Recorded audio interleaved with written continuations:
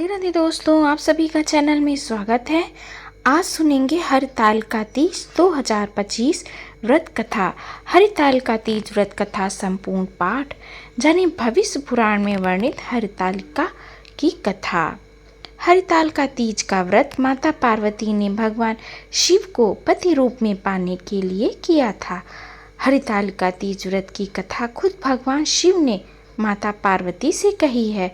हरितालिका तीज का व्रत रखने वाली महिलाओं को इस कथा का पाठ जरूर करना चाहिए, वरना व्रत का पूरा फल नहीं मिल पाता।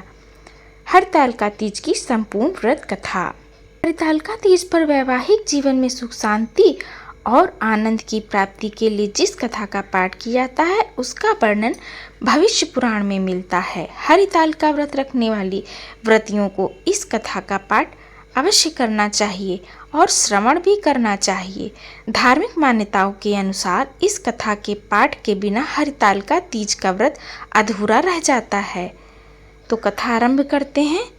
जिनके केशों पर मदार आक के पुष्पों की माला शोभा देती है और जिन भगवान शंकर के मस्तक पर चंद्र और गले में मुंडों की माला पड़ी हुई है, जो माता पार्वती दिव्य वस्त्रों से तथा भगवान शंकर दिगंबर वेश धारण किए हैं, उन दोनों भवानी शंकर को नमस्कार करती हूँ। एक बार कैलाश पर्वत के शिखर पर माता पार्वती ने महादेव जी से पूछा, हे प्रभु, मुझसे आप वह गुप्त से गुप्त वार्ता कहिए जो सबके लिए, सब धर्मों से भी सरल तथा महान फल देने वाली हो। हे नाथ, यदि आप प्रसन्न हैं तो आप उसे मेरे सम्मुख प्रकट कीजिए। हे जगन्नाथ, आप आदि मध्य और अंत रहित हैं। आपकी माया का कोई पार नहीं है। आपको मैंने किस भांति प्राप्त किया है? कौन से व्रत, तप या दान के पुण्य फल से आप मुझको वर रूप में मिले? कृपा करके बताएं। महादेव बोले, हे देवी सुनिए, मैं आपके सम्मुख उस व्रत को कहता हूँ जो परम गुप्त है।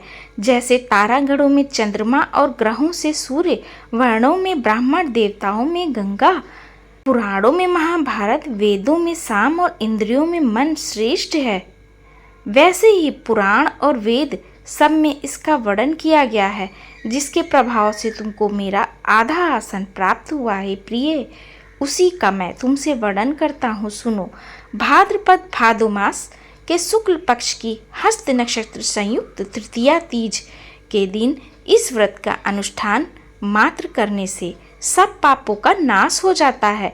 तुमने पहले हिमालय पर्वत पर इस महान व्रत को किया था जो मैं तुम्हें सुनाता हूँ। पार्वती जी बोली, हे प्रभु, इस व्रत को मैंने किस लिए किया था यह मुझे सुनने की इच्छा हो रही है, तो कृपा करके मुझसे कहिए।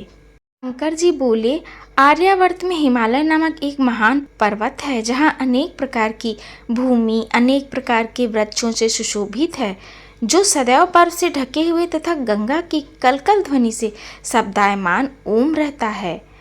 हे पार्वती जी, तुमने बाल्यकाल में उसी स्थान पर परम तप किया था और 12 वर्ष तक के महीने में जल में रहकर तथा बैसाख मास में अग्नि में प्रवेश करके तप किया। श्रावण के महीने में बाहर खुले मास की हस्त नक्षत्र युक्त तृतीया के दिन तुमने मेरा विधि विधान से पूजन किया तथा रात्रि को गीत गाते हुए जागरण किया। तुम्हारे उस महाव्रत के प्रभाव से मेरा आसन डोलने लगा। मैं उसी स्थान पर आ पहुंचा जहां तुम और तुम्हारी सखी दोनों थी। मैंने आकर तुमसे कहा, हे वरानने, मैं तुमसे प्रसन्न हूँ, मांगो, तुम मुझसे वरदान में क्या मांगना चाहती हो? तुमने कहा कि हे देव, यदि आप मुझसे प्रसन्न हैं तो आप मेरे पति हो। मैं तथास्तु ऐसा कहकर कैलाश पर्वत पर चला गया और तुमने प्रभात होते ही मेरी उस बालू की प्रतिमा को नदी में विसर्जित कर दिया। हे सुबह, तुमने वहां अपनी सखी सहित पारायण किया। इतने में तुम्हारे पिता हिमवाम भी तुम्हें ढूंढते ढूंढते उसी घने वन में आ पहुँचे। उस समय उन्होंने नदी के तट पर 2 कन्याओं को देखा तो वे तुम्हारे पास आ गए और तुम्हें हृदय से लगाकर रोने लगे और बोले, बेटी, तुम इस सिंह व्याघ्र नदी युक्त घने जंगल में क्यों चली आई? तब तुमने कहा, हे पिता, मैंने पहले ही अपना शरीर शंकर जी को समर्पित कर दिया था, लेकिन आपने इसके विपरीत कार्य किया, इसलिए मैं वन में चली आई। ऐसा सुनकर हिमवान ने तुमसे कहा कि मैं तुम्हारी इच्छा के विरुद्ध यह कार्य नहीं करूँगा, तब वे तुम्हें लेकर घर और वापस लौट आए और तुम्हारा विवाह मेरे साथ कर दिया। हे प्रिय, उसी व्रत के प्रभाव से तुमको मेरा अर्धासन प्राप्त हुआ है। इस व्रत राज को मैंने भी अभी तक किसी के सम्मुख वर्णन नहीं किया है। हे देवी, अब मैं तुम्हें यह बताता हूँ कि इस व्रत का यह नाम क्यों पड़ा। तुमको सखी हरण करके ले गई थी, इसलिए हरतालिका नाम पड़ा। पार्वती जी बोली, हे स्वामी, आपने इस व्रत राज का नाम तो बता दिया, लेकिन मुझे इसकी विधि और फल भी तो बताइए। इसके करने से किस फल की प्राप्ति होती है। तब भगवान शंकर जी बोले, इस स्त्री जात के अति उत्तम व्रत की विधि सुनिए। सौभाग्य की इच्छा रखने वाली स्त्रियां इस व्रत को विधि पूर्वक करें। केले के खंभों से मंडप बनाकर उसे वंदनवारों से सुशोभित करें। उसमें विविध रंगों के उत्तम रेशमी वस्त्र की चांदनी ऊपर तान दे। चंदन आदि सुगंधित द्रव्यों को लेपन करके स्त्रियां एकत्र हों। शंख, भेरी, मृदंग आदि बजाएं।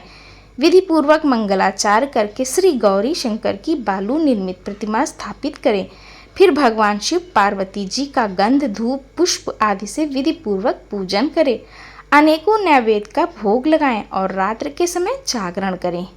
नारियल, सुपारी, ज्वारी, नींबू, लौंग, अनार, नारंगी आदि ऋतु फलों तथा फूलों को एकत्रित करके धूप, दीप आदि से पूजन करके कहें कि हे कल्याण स्वरूप शिव, हे मंगल रूप शिव, हे मंगल रूप महेश्वरी, हे शिवे, सब कामनाओं को देने वाली देवी कल्याण रूप, तुम्हें नमस्कार है। कल्याण स्वरूप माता पार्वती, हम तुम्हें नमस्कार करती हैं। भगवान शंकर जी को सदैव नमस्कार करते हैं।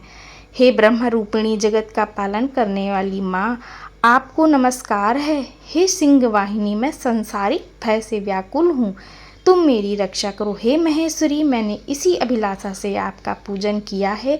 हे पार्वती माता, आप मेरे ऊपर प्रसन्न होकर मुझे सुख और सौभाग्य प्रदान कीजिए। इस प्रकार के शब्दों द्वारा उमा सहित शंकर जी का पूजन करें। विधि पूर्वक कथा सुनकर गौ वस्त्र, आभूषण आदि ब्राह्मणों को दान करें। इस प्रकार से व्रत करने वाले के सब पाप नष्ट हो जाते हैं। तो दोस्तों, अगर कथा अच्छी लगी हो तो लाइक करिएगा, चैनल पे नए हैं सब्सक्राइब कर लीजिएगा। मिलते हैं मेरे अगले वीडियो में, तब तक के लिए राधे राधे।